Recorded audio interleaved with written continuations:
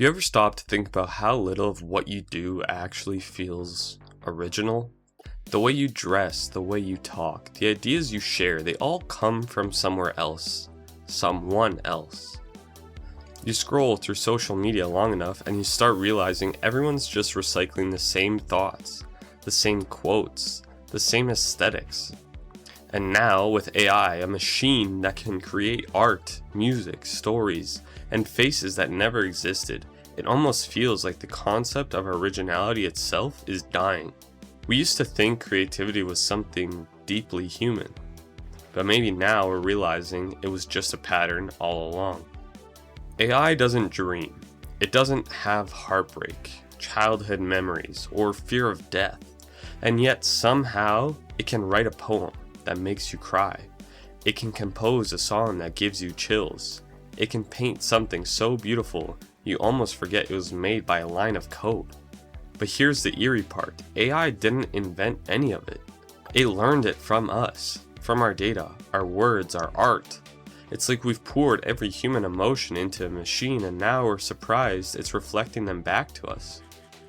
But what if the reason it feels so human is because we've become predictable?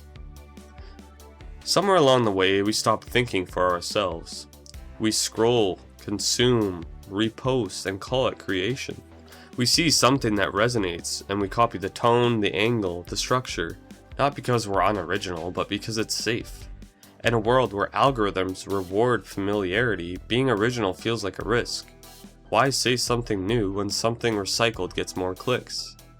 It's like the internet has turned creativity into an echo chamber. Everyone's shouting into the same tunnel, and all we hear are distorted reflections of our own thoughts. Think about trends. Every day, a new one rises, burns bright, and disappears. And for a moment, we'll all join in. Whether it's a song, a meme, or a phrase. We convince ourselves it's self-expression, but really, it's just synchronization. It's like humanity's playing a giant game of follow the leader, and the leader isn't even human anymore, it's an algorithm. AI tools are trained on the same data we create, and then we, in turn, learn from what the AI produces. We're trapped in this weird feedback loop where human creativity and machine learning are feeding off of each other, until it's impossible to tell who came up with what first. Maybe that's what the death of original thought really is.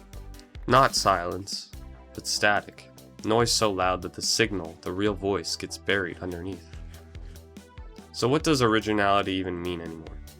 If every idea is borrowed, remixed, and inspired, does originality even exist? I think it does, but it's not what it used to be. Being original isn't about creating something no one's ever seen before.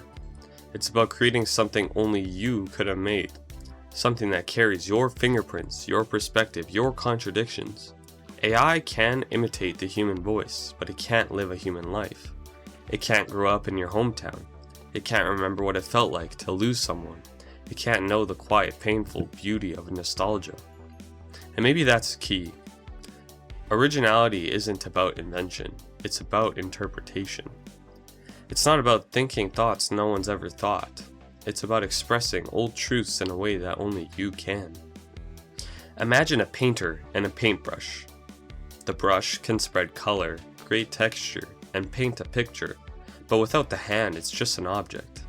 AI is the brush, we are the hand. What makes art meaningful isn't the image itself, but the intent behind it, the feeling that someone chose to create it. Machines can replicate patterns, but they can't replicate meaning. They can generate beauty, but they can't understand it. And maybe that's what saves us. The fact that we need to understand.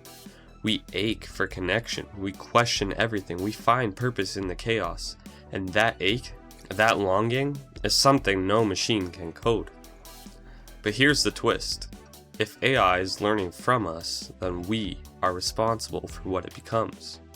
The data we feed it, our words, our art, our emotions, they shape the future of intelligence.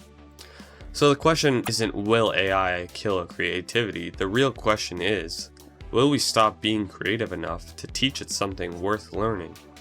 We've been so obsessed with whether AI can create that we've forgotten to ask whether we still want to. When everything can be automated, thoughts, designs, ideas, creativity becomes a choice, a rebellion even. Every time you write something from the heart or build something just because you felt like it, you're choosing to stay human. One day, AI will probably be able to mimic us perfectly. It'll write like us, talk like us, maybe even think like us. And when that day comes, originality won't be about the product. It'll be about the process, the act of trying to make something that means something. That's what makes humans human. Because creativity isn't about being first, it's about being real.